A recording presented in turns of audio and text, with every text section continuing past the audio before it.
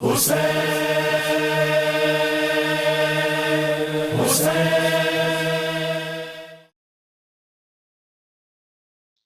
باللہ من الشیطان اللعین الرجیم بسم اللہ الرحمن الرحیم الحمد للہ خالق العباد وساطہ المہاد ومسل الوہاد هو الاول لم یزل والآخرۃ بلا اجل خرت له الجبہ والصلاة والسلام على سیدنا الممجد بشیرنا المسدد نذیرنا المعید المصطفى الامجد المحمود الاحمد ابی القاسم محمد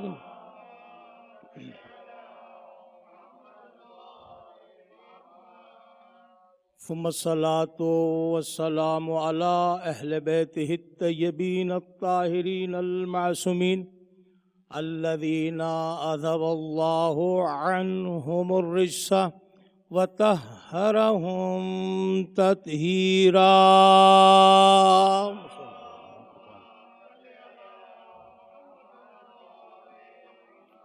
واللعنة الدائمة على أعدائهم أجمعين من الآن إلى يوم الدين أما بعد فقد قال سبحانه وتعالى في القرآن الحكيم بسم الله الرحمن الرحيم قل هل من شركائكم من يهدي إلى الحق قل لله يهدي للحق أفمن يهدي إلى الحق أحق أن يتبع امن لا يهدي الا ان يهدى فما لكم كيف تحكمون صلوات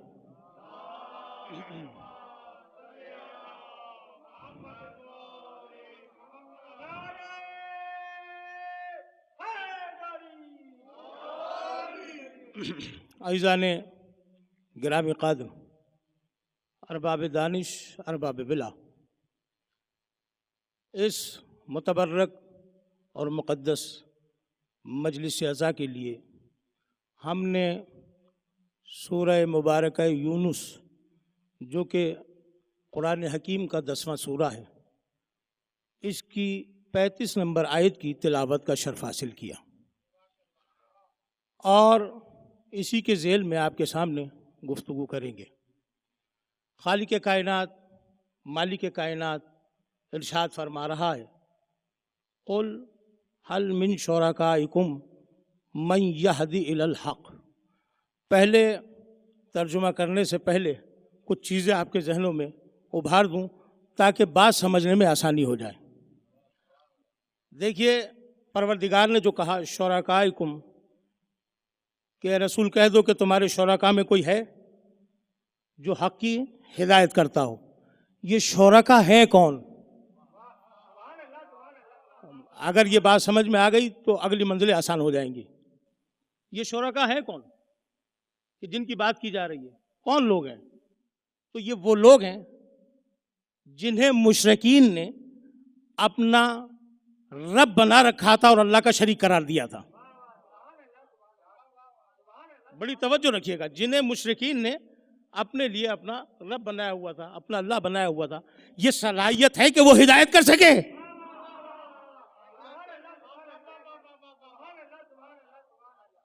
ان میں صلاحیت نہیں ہے، ان میں صلاحیت نہیں ہے کہ وہ ہدایت کریں، اس لیے کہ وہ خود محتاج ہدایت ہے، اسے خود کسی نے بنایا ہے۔ اسی لیے اللہ نے پھر چیلنج کیا، پھر گفتگو کو آگے بڑھایا، قل للہ یہدی للحق۔ یہاں ملکیت کا اظہار ہے، یہاں اللہ اپنی ملکیت کا اظہار کر رہا ہے۔ کس انداز میں؟ ذرا دیکھیے گا کہ پروردگار کہہ رہا ہے کہہ دو یہ حق ہدایت تو ہمارا ہے، تمہارے شرکا میں یہ طاقت نہیں کہ وہ حق کی ہدایت کریں، اور جب ان میں یہ طاقت نہیں ہے تو بھائی کسی کے پاس تو یہ ہدایت کا حق ہوگا نا، تو اللہ کہہ رہا ہے یہ حق میرا ہے۔ میرے علاوہ کسی کے پاس یہ حق نہیں کہ وہ ہدایت کرے.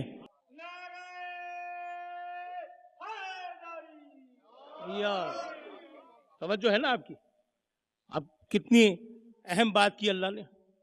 قل اللہ یہدی للحق، یہ حق ہمارا ہے.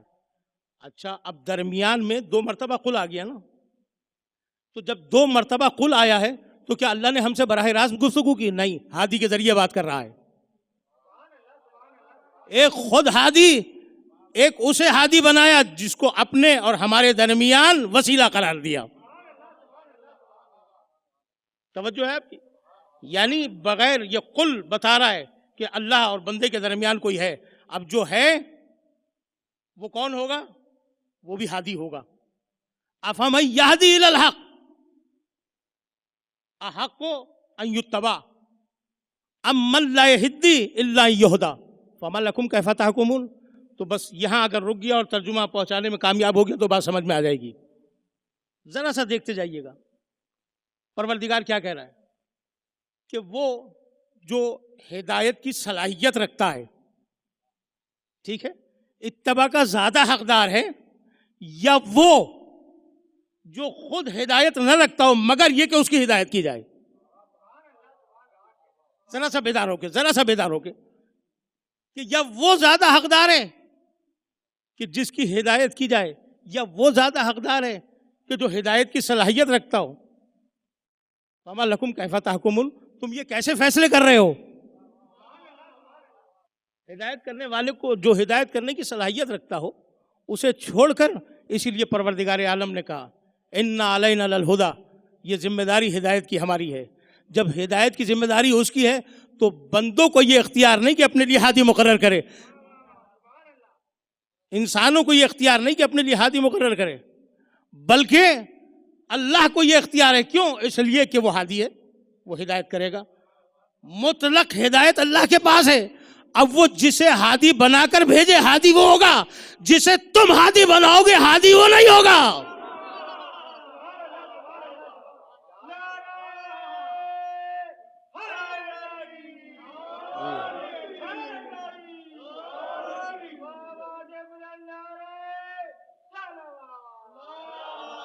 صلی علی محمد انا علینا للہدی وَإِنَّ لَنَا لَلْآخِرَةَ وَالْأُولَىٰ. اور دنیا اور آخرت تو اللہ کے پاس ہے نا، ہادی وہ ہے، دنیا اور آخرت اس کے پاس ہے. تو اب وہ ہادی برحق ہے تو اسے کیا چاہیے؟ اس نے تخلیق کے جذبے میں اگر ہمیں خلق کیا ہے تو کیا ہمیں بغیر ہدایت کے چھوڑ دے گا؟ نہیں، ہمیں بغیر ہدایت کے نہیں چھوڑے گا. کیوں نہیں چھوڑے گا؟ اس لیے کہ خالق کا کام یہ ہے کہ مخلوق کو خلق کرے، اور جب خلق کرے تو جو اس کی ضرورت ہے اسے پورا کرے. خالق کا کام کیا ہے؟ خلق کرے. جب مخلوق خلق ہو جائے تو اب اس کی ضرورت بھی تو ہے نا. مثلا اگر اللہ نے آپ کو اپنے گھر میں آپ کو اپنا سرپرست بنایا، آپ اپنے گھر میں سرپرست ہیں نا، تو اپنے گھر والوں کی ضروریات کو پورا کون کرتا ہے؟ بھائی جو سرپرست ہوتا ہے وہ ضروریات کو پورا کرتا ہے، ورنہ سرپرست کہلانے کے لائق نہیں ہیں. قل ربنا الذی آتی کل شیء ثم ہدی. جناب موسیٰ علیہ السلام اس آیت کو کوٹ کر رہے ہیں اور قرآن نے اسے محفوظ کیا ہے کہ اللہ نے، بڑی توجہ رکھیے گا، اللہ نے خلقت کی ہے، تخلیق کیا ہے، تو تخلیق کے ساتھ پروردگار عالم نے ہدایت کو رکھا. ایسا نہیں ہے کہ تخلیق کر دیا اور ہدایت کے بغیر چھوڑ دیا. تخلیق کرنے کے بعد ہدایت کے بغیر نہیں چھوڑا اللہ نے. اگر ایسا ہوتا تو ہر انسان دوسرے انسان سے ٹکرا رہا ہوتا، ہر انسان دوسرے انسان سے ٹکرا رہا ہوتا، ہر ستارہ دوسرے ستارے سے ٹکرا رہا ہوتا، چاند سورج سے ٹکرا رہا ہوتا اور سورج چاند سے ٹکرا رہا ہوتا، زمین آسمان سے اور آسمان زمین سے. اللہ نے ہدایت رکھ دی، خلقت کی ہدایت رکھ دی کہ تو نے اوپر رہنا ہے وہ اوپر ہے، تو نے جم کے زمین پہ رہنا ہے وہ زمین زمین پر ہے. توجہ ہے آپ کی ہر چیز کو. اس کی سورج سے کہا کہ تو اپنے مقام پہ چل، چاند سے کہا تو اپنے مقام پہ چل، ستاروں سے کہا تم اپنے مقام پہ رہو.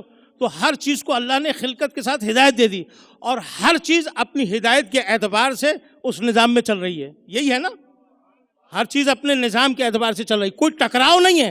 یہ ٹکراؤ کیوں نہیں ہے؟ اس لیے کہ ان کی فطرت میں ہدایت کو ودیت کر دیا گیا کہ تم نے کیا کرنا ہے.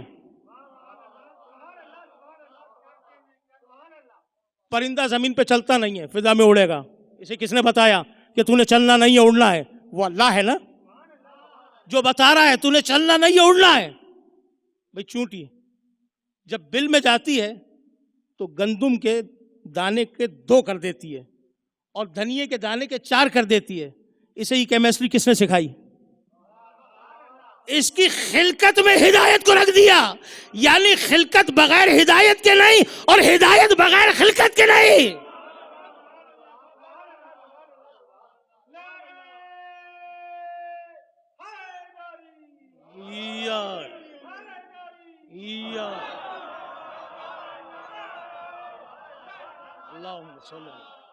توجہ فرمائی نا آپ نے. اچھا اب اس نے گندم کے دانے کے 2 کیے، دھنیے کے 4 کیے، اور جہاں یہ اپنے رزق کو ذخیرہ کرتی ہے، اپنی غذا کو وہاں لے جا کے رکھ دیا. کیوں رکھا؟ اس لیے کہ بارش کا پانی اگر اس ذخیرے تک پہنچ جائے تو یہ اگ نہ سکے.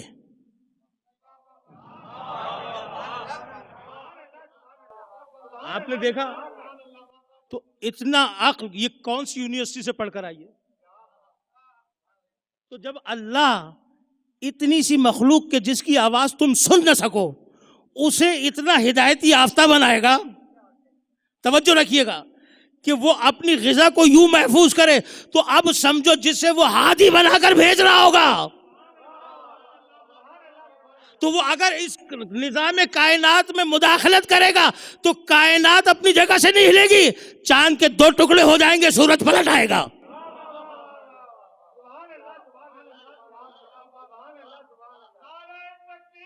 اللہ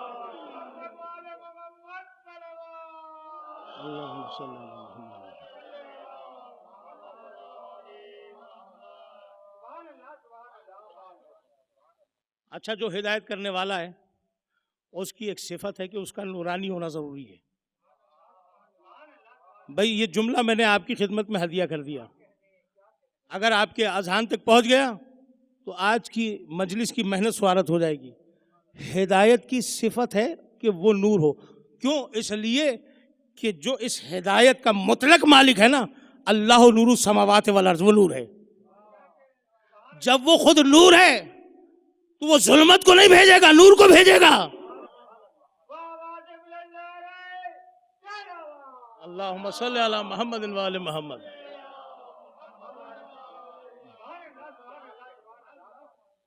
تمہاری طرف نور بھیج رہا ہوں، اس کی صفت ہے وہ نور ہے، تو وہ ظلمت کو نہیں بھیجے گا. خود ظلم کو پسند نہیں کرتا، نہ وہ خود ظالم ہے، تو اسی لیے وہ چاہتا ہے کہ معاشرہ عادل ہو. خود عادل ہے تو معاشرہ بھی عدالت والا چاہتا ہے، خود عادل ہے تو ہادی بھی عدالت والا چاہتا ہے. اسی لیے رسول کے ہاتھوں میں اللہ نے یہ معجزہ رکھا کہ سب لوگ اگر امانتیں رکھیں اور وہ چھپا دی جائیں اور پھر رسول سے مانگی جائیں تو جس کی جو امانت ہوگی اسے وہی ملے گی رسول کے ہاتھ سے.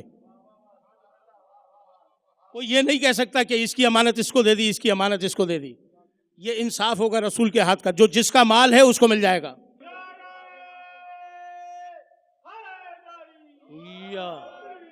توجہ کیا آپ نے؟ یہ ہدایت ہے نا.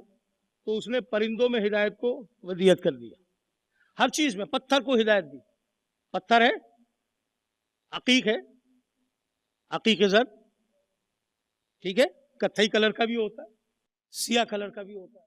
لیکن جس کو جو چیز لینی ہوتی ہے وہی جذب کرتا ہے، اسی رنگ کو جذب کرتا ہے، کسی دوسرے رنگ کو نہیں کرتا. اچھا فیروزہ ہے آپ کے سامنے، فیروزی رنگ کا ہوتا ہے، اسی وجہ سے اسے فیروزہ کہتے ہیں.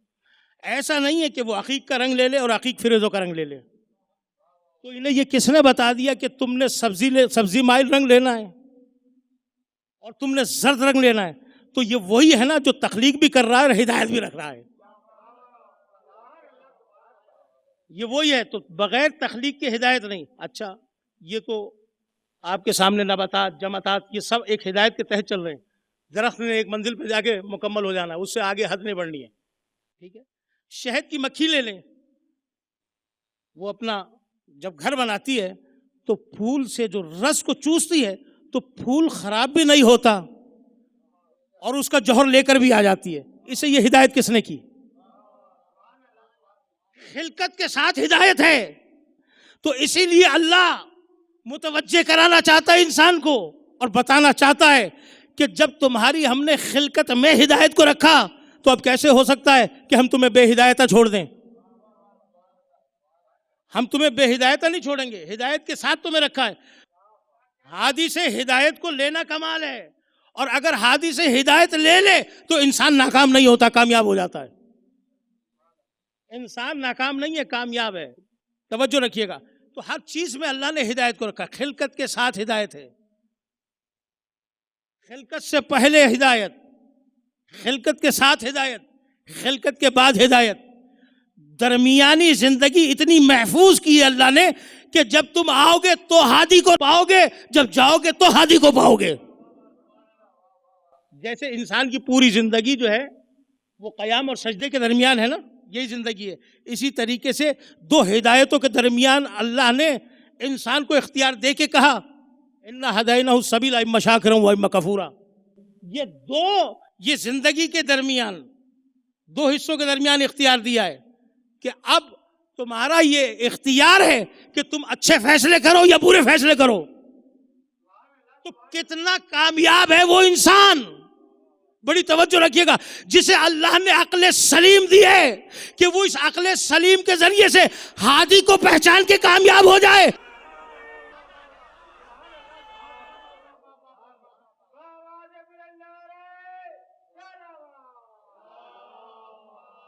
صلی اللہ محمد وآل محمد.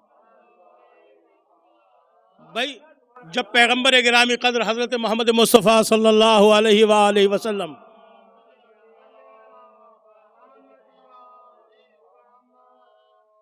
جب آپ صلی اللہ علیہ وآلہ وسلم صدر اسلام, بالکل ابتدا کی بات کر رہا ہوں, بالکل ابتدا کی بات, جب آپ تشریف لے کر آئے تو کوئی مسلمان تھا نہیں, کچھ مومنین تھے جس میں اللہ مبعوث کر رہا تھا اپنے رسول کو.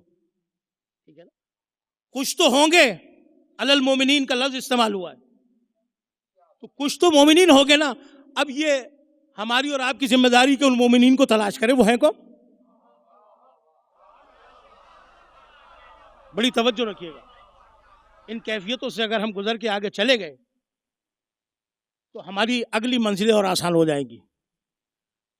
تو جب رسول آئے تو آنے کے بعد ہدایت کی, تزکیہ نفس کیا. تزکیہ نفس کیوں کر رہے ہیں؟ آیتوں کی تلاوت سنا رہے ہیں, آیات کی تلاوت کر رہے ہیں. اب جب آیت کی تلاوت ہوگی تو سوالیہ نشان بھی بنیں گے. جب سوالیہ نشان بنیں گے تو پیغمبر شان نزول کے اعتبار سے تفسیر بھی کریں گے. مثلا ایک آیت آپ کے سامنے پیش کروں, قُلْ لَا أَسْأَلُكُمْ عَلَيْهِ أَجْرًا إِلَّا الْمَوَدَّةَ فِي الْقُرْبَى.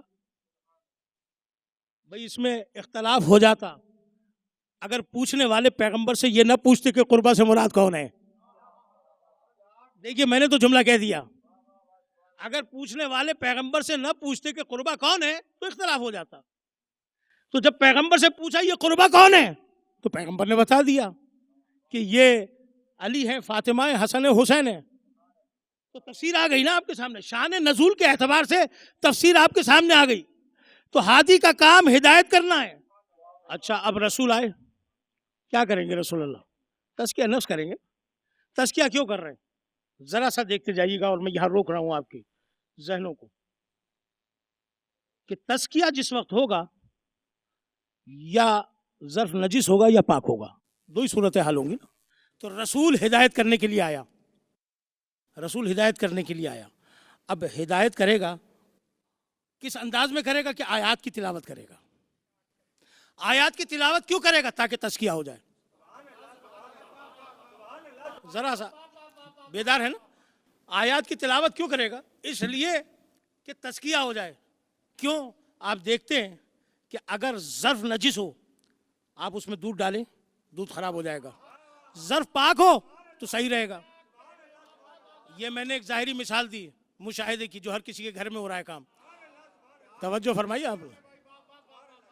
یہ منزلیں ہے. تو اب رسول کا کام ہے تزکیہ کرنا. تو بہت سے آئیں گے نا رسول کے پاس. رسول کا کام ہے تزکیہ کرنا. تو وہ جو صدر اسلام کا زمانہ ہے اب اس میں لوگ ہیں موجود ہیں, پیغمبر ان کے درمیان ہیں, ہادی ان کے درمیان ہیں. تو جنہوں نے پہچانا وہ صحابی کہلائے. توجہ رکھیے گا, جنہوں نے پہچانا وہ صحابی کہلائے. کچھ وہ ہیں جو بغیر دیکھے پہچاننے. یمن کا رہنے والا ہے اویس قرنی, رسول پر ایمان لایا.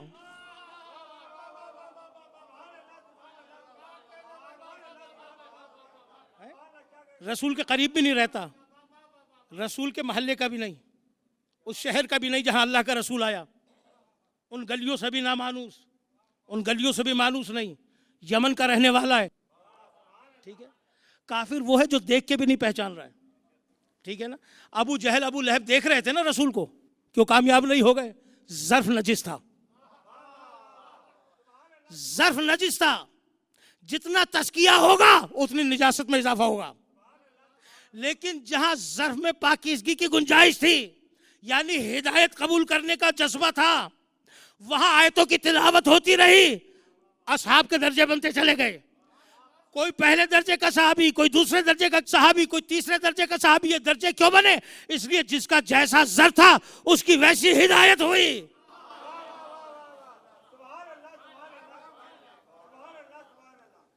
بھئی کیا کمال کے لوگ تھے ابو ذر و سلمان وغیرہ, کتنے بڑے لوگ تھے. یہ ایسے ہی اس کمال تک نہیں پہنچ گئے تھے.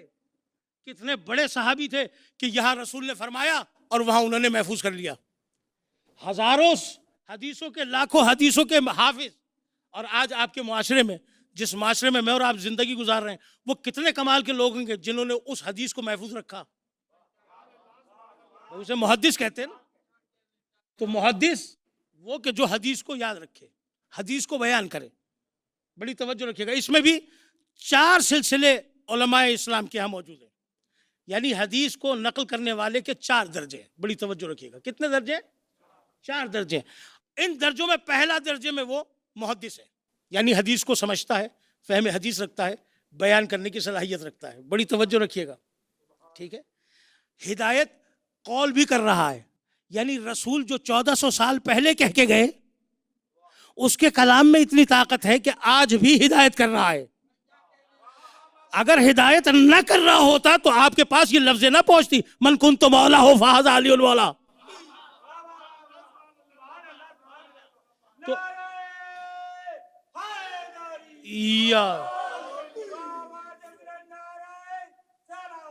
اللہم صلی علی محمد وآل محمد. جب ہادی کا کلام اتنا مؤثر ہے, نبی کے کلام کا یہ اثر ہے کہ 1400 سال کے بعد بھی کلام ہدایت کر رہا ہے, تو سوچے کہ وہ نور مجسم خود کتنا بابرکت ہوگا. وہ نور مجسم خود کتنا بابرکت ہوگا, اس سے کتنے فیض انسان کو حاصل کر سکتا ہے. یہ دیکھیے, اسی لیے کہ جب کلام میں اتنی طاقت ہے, جب مخلوق کے کلام میں یہ طاقت ہے کہ 1400 سال کے بعد بھی زندہ رہے, تو خالق کا کلام ہے قرآن حکیم. بڑی توجہ رکھیے گا, وہ کتنا مؤثر ہوگا. اسی لیے اللہ نے نبی کے کلام کو اپنا کلام اور اپنے کلام کو نبی کا کلام کہا. اگر بندہ تمہارا ہوتا تو کلام تمہارا ہوتا, جب بندہ میرا ہے تو کلام بھی میرا ہے. وما ينطق عن الهوى ان هو الا وحی یوحی. اب جو کہے گا وہ میں کہہ رہا ہوں, یہ نہیں کہہ رہا.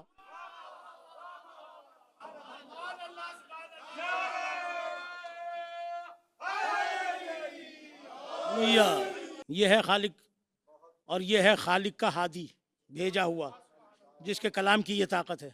اب یہ جو کہے گا وہ میں کہہ رہا ہوں. ٹھیک ہے نا. اب اگر کوئی نماز پڑھ رہا ہو اور اللہ کا رسول کہے ادھر آؤ, تاریخ نے واقعات بھی تو نقل کیے نا, تو اب مجھے یہ بتائیں کہ اس نے نماز پڑھنی ہے یا رسول کا حکم ماننا ہے؟ اب اگر کوئی ایسی توحید رکھتا ہو جو شیطان جو جیسی توحید رکھتا ہو, وہ تو گمراہ ہو جائے گا. میں نے جملہ کہہ دیا, جو شیطان جیسی توحید رکھتا ہو کہ اپنی مرضی سے عبادت کر رہا ہو, اور جب اللہ کہے آدم کو سجدہ کر تو اکڑ جائے.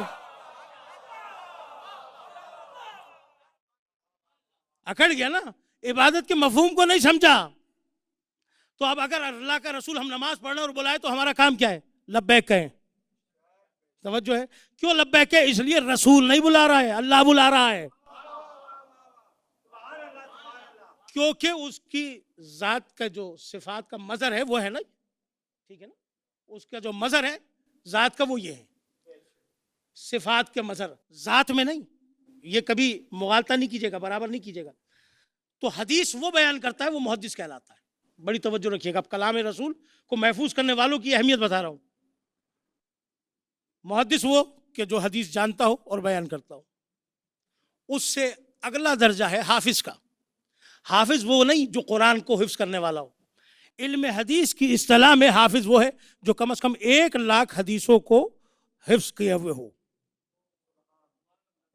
آپ دیکھیے یہ عام آدمی ہے جو بعد از رسول جو ہے اس کا درجہ کتنا بلند ہوگا. جس نے 1 حدیث یاد کری وہ آخرت میں بڑے لوگوں میں شمار ہوگا.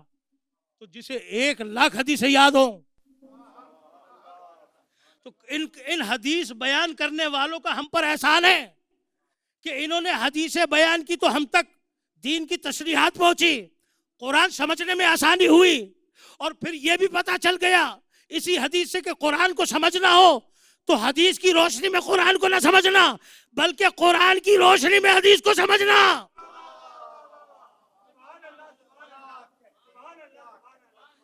ٹھیک ہے نا، قرآن کی روشنی میں حدیث کو سمجھنا. اس لیے کہہ گئے پیغمبر کہ اگر ہماری حدیث قرآن سے ٹکرا جائے تو ہماری نہیں ہے، دیوار سے دے مارنا. اس لیے ہم تو قرآن کو منوانے کے لیے آئے ہیں، انکار کروانے کے لیے نہیں آئے ہیں. تو ایک حجت کا درجہ آ گیا، ایک محدث آپ کے سامنے آ گیا، ایک وہ شخص آ گیا کہ جو حافظ ہے. حافظ سے بڑا درجہ ہے حجت کا. یہ تیسرا درجہ ہے حدیث بیان کرنے والوں میں. اسے کم از کم 3,00,000 حدیثیں یاد ہوں. حدیث صرف یاد نہیں ہو، سمجھتا بھی ہو. نقل حدیث کرنا کمال نہیں ہے، فہم حدیث کمال ہے کہ وہ ہادی کی بات کو سمجھتا ہو. بڑی توجہ رکھیے گا. اب جب رسول نے کہا، حدیث ارشاد فرمائی من کنتو مولا ہو فہذا علی مولا. بھائی نقل قول نقل کرنا کمال نہیں ہے، اس کے معنی کو بھی سمجھنا کمال ہے.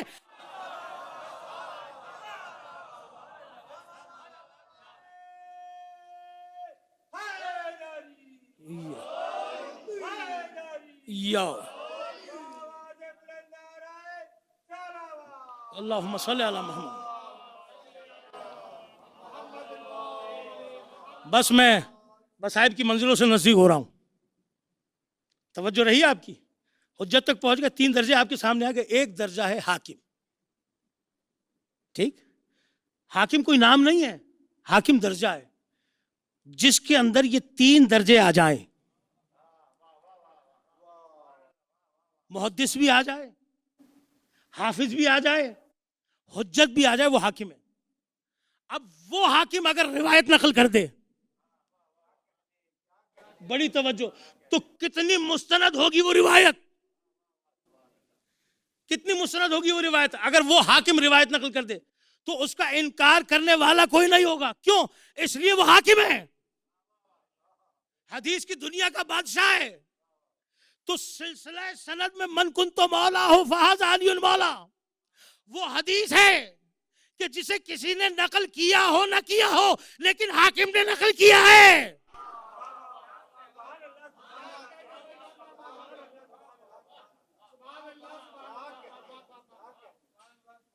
1400 سال بھی ہدایت کو باقی رکھا اور قیامت تک باقی رہے گا. وَلِكُلِّ قَوْمٍ ہاد، جب ہر زمانے کے لیے ہادی ہے. توجہ ہے نا، ہر زمانے کے لیے ہادی ہے. تو آج کا ہادی کون ہے؟ ایسا تو نہیں کہ رسول کی ختم نبوت کے ساتھ ضرورت ہدایت ختم ہو گئے. کیا رسول کی ختم نبوت کے اوپر ضرورت ہدایت ختم ہو گئی؟ نہیں. آج کے شخص کو بھی ضرورت ہدایت ہے، کل آنے والے شخص کو بھی ضرورت ہدایت ہے، اس کے بعد آنے والے شخص کو بھی ضرورت ہدایت ہے، حتیٰ کہ قیامت سے نزدیک ترین جو آخری فرد آئے گا دنیا میں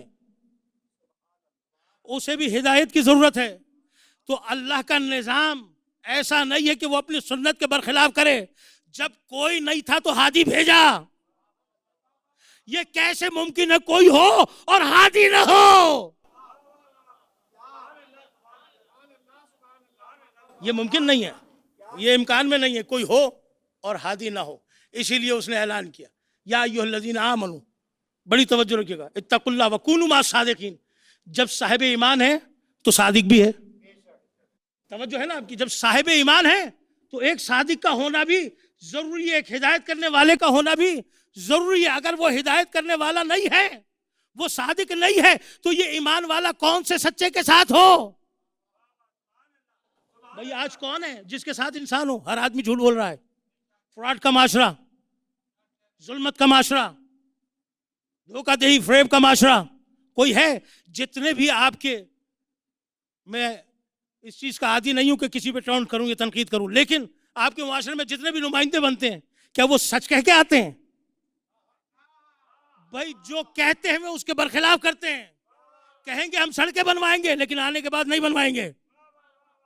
تو کہا ایسے پہ یقین نہ کر لینا.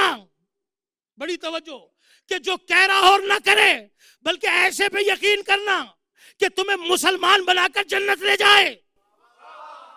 تو جو گمراہی کی، بڑی توجہ رکھیے گا، جو گمراہی کی میزان ہے شیطان، اس کی غیبت پر تو یقین کرو کہ وہ گمراہ کر دے، بلکہ گمراہ نہیں کرے گا، کافر بنا کے چھوڑ دے گا.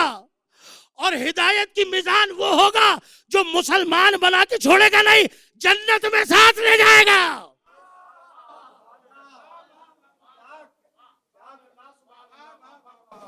یہ وہ منزلیں ہیں، وہ جنت میں ساتھ لے جائے گا. اسی لیے رسول اللہ منزل ہدایت میں جب جا رہے ہیں دنیا سے، تو منزل ہدایت میں بتا کے جا رہے ہیں کہ میں تمہارے درمیان قرآن کو چھوڑ رہا ہوں. انی تارکم الثقلین، کتاب اللہ و عترتی فیکم الثقلین. کتاب ہے اور عترت ہے، یہ تمہارے درمیان. کتاب کا تو بہت احترام ہے، جزدان میں بھی رکھیں گے، سر پہ بھی رکھیں گے، گھر میں سجا کے بھی رکھیں گے، تلاوت بھی کریں گے، پڑھیں گے بھی. لیکن جو ظلم قرآن کے ساتھ، وہی ظلم آل کے ساتھ. ظاہری عزت جیسی قرآن کی ہے ویسی اہل بیت کی بھی ہے، لیکن قرآن کے ساتھ ظلم یہ کہ اسے پڑھتے نہیں، اسے سمجھتے نہیں، اس سے ہدایت نہیں لیتے، جبکہ یہ ہدایت کے لیے آیا ہے. اس سے ہدایت نہیں لیتے جبکہ یہ ہدایت کے لیے آیا. اور یہی معاملہ اہل بیت کے ساتھ ہے کہ اپنی تمناؤں کو پورا کرنے کے لیے دامن اہل بیت تو ہے، لیکن جہاں حکم اہل بیت آ جائے وہاں اہل بیت کے ساتھ نظر نہیں آتا. یہ وہ میدان ہے کہ جہاں اہل بیت کے ساتھ ہونا چاہیے. مال ادھر چھوڑ دے، اولاد کو چھوڑ دے، جان کو چھوڑ دے، اہل بیت پہ قربان کر دے. اس کا فائدہ کیا ہوگا؟ یہ قربانی بھی باقی رہے گی، نسل کی بقا بھی رہے گی. قربانی بھی، نسل کی بقا کیوں چاہتا ہے آدمی؟ اس لیے کہ زمانے سے ملا رہے، نام رہے. لیکن دیکھو، حر کا بیٹا اور حر دونوں شہید ہیں نا.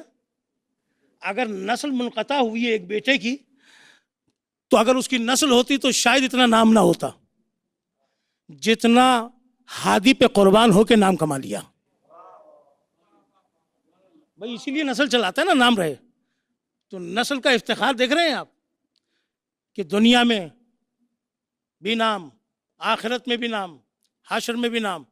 تو اہل بیت کے ساتھ وابستگی انسان کو اتنا مقام عطا کرتی ہے کہ جہاں حسین کا نام آئے گا وہاں اس کا نام آئے گا.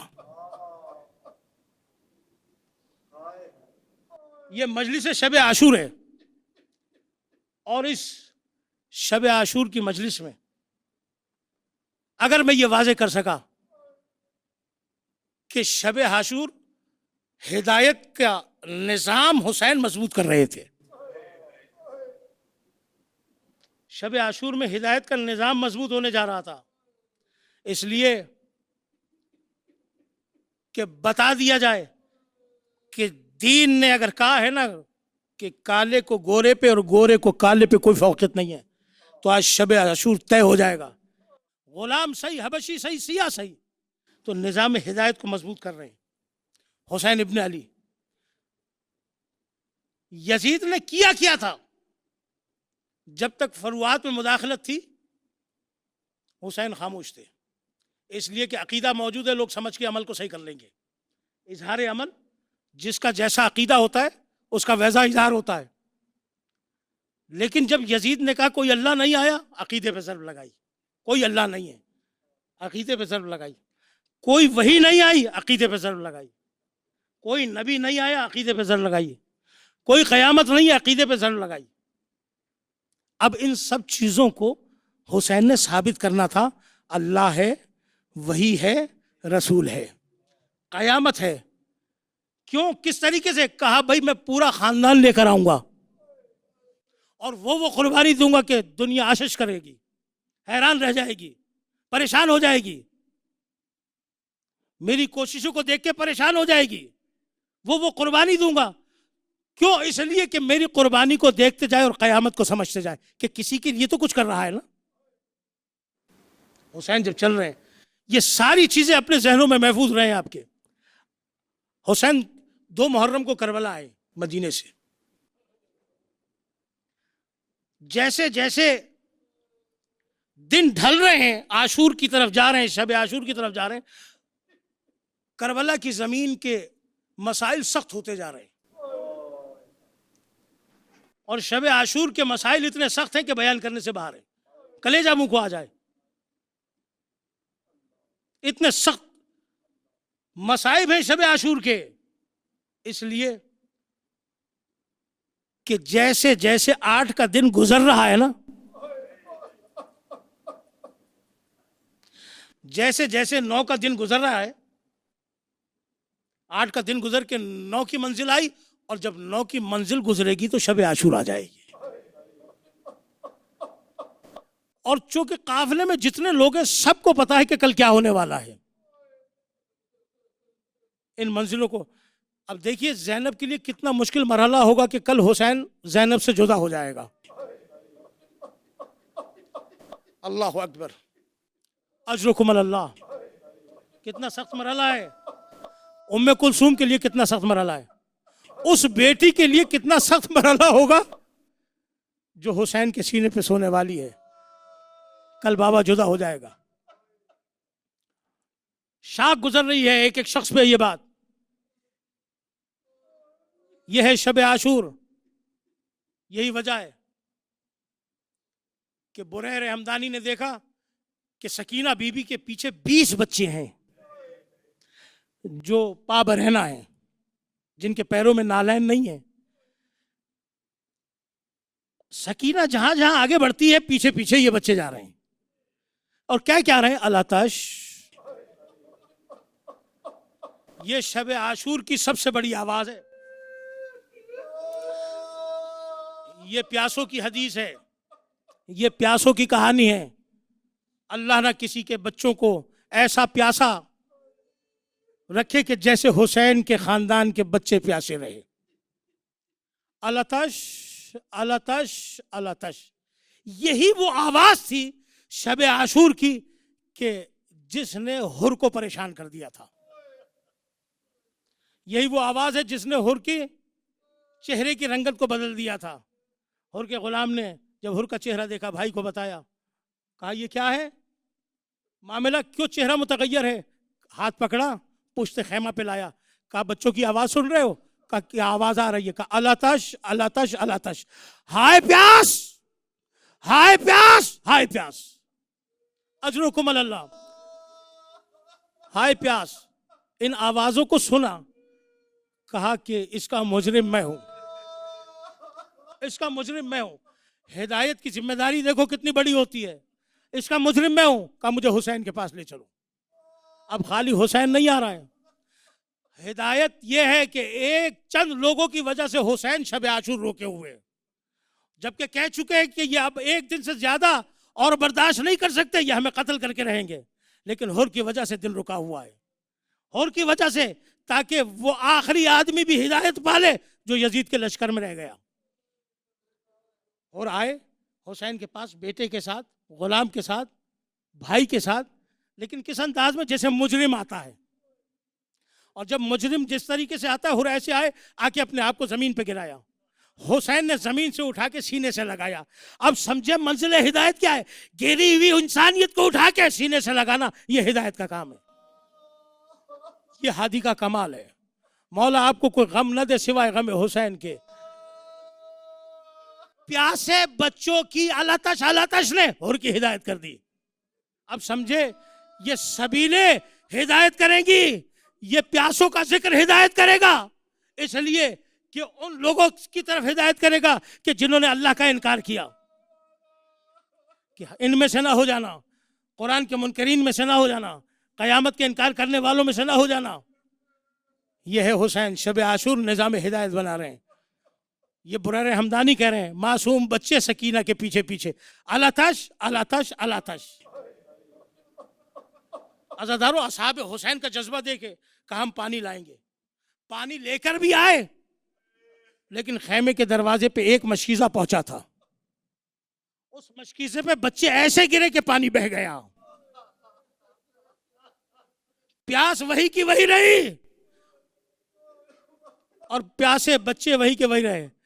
اچھا جہاں چھوٹے بچے پیاسے ہیں نا، بڑے پیاسے ہیں، وہاں چھوٹے بچے بھی پیاسے ہیں، لیکن وہیں ایک شش ماہیہ علی اصغر بھی ہے جس کی ماں کا دودھ خشک ہو چکا ہے.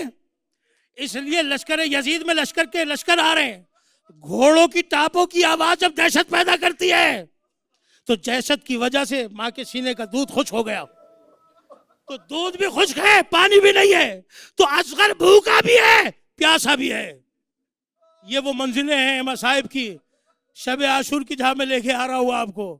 یہ وہ قیامت کی منزلیں ہیں شب عاشور کی جہاں اصغر پیاسا بھی ہے، بھوکا بھی ہے، باپ کے ساتھ ساتھ ہے. اگر حسین پیاسے ہیں اور بھوکے ہیں تو علی اصغر بھی بھوکا اور پیاسا ہے. یہ رات کی وہ منزلیں ہیں شب عاشور کی. اور اب میں قریب کر رہا ہوں ان منزلوں کے کہ امام حسین نے کہا جاؤ تم میں سے جو جانا. چراغ کو بجھا دیا، چراغ کو بجھا دیا تاکہ کسی کو شرمندگی نہ ہو. جب چراغ جلایا گیا تو دیکھا سب موجود ہیں. ایسے با وفا اصحاب جن کے اقوال یہ ہے مولا ایسی ہزاروں جانے ملے ہر بار آپ پر قربان کریں گے. یہ کیسے ممکن ہے کہ فرزند رسول مارا جائے اور ہم زندہ رہیں؟ آپ کے بغیر زندگی امکان میں نہیں ہے. یہی ابو الفضل عباس نے کہا مولا وہ دن اللہ نہ دکھائے کہ ہم ہوں اور آپ نہ ہوں. سب نے اپنے اپنے وعدے وعید کیے. یہی وہ رات ہے کہ جب ایک صحابی حسین نے گردن پہ خنجر رکھ کے کہا کہ یقین دلواؤ کہ ہم حسین کے وفادار ہیں. یہ شب عاشور میں ہو رہا ہے. اور جب محضر نامہ آیا نا، بس میں نے اختصار کیا اور ممبر کو چھوڑا. یاد رکھیں جب محضر نامہ آیا ایک ایک کا نام بیان کر رہے ہیں حسین کہ یہ بھی کل شہید ہوگا، یہ بھی شہید ہوگا، یہ بھی شہید ہوگا، یہ بھی شہید ہوگا. قاسم جو حسن کے بیٹے ہیں پنجوں کے بل کھڑے ہو کر اپنا نام سننے کے لیے بےتاب ہے. ایک مرتبہ بےتاب ہو کے کہا چچا ابھی تک میرا نام نہیں آیا. کہا بیٹا تو اپنی بات کرتا ہے، تیرے بھائی علی اصغر کا بھی نام ہے. قاسم نے طلب کے کہا چچا یا فوجیں کیا لشکر خیموں تک آ جائے گا؟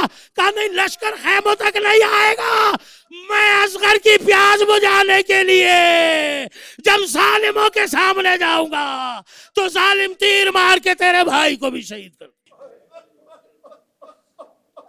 اللہ لعنت اللہ علی وسیعلم اللہ.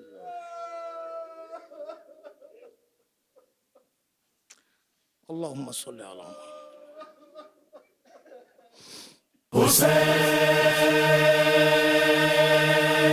حسین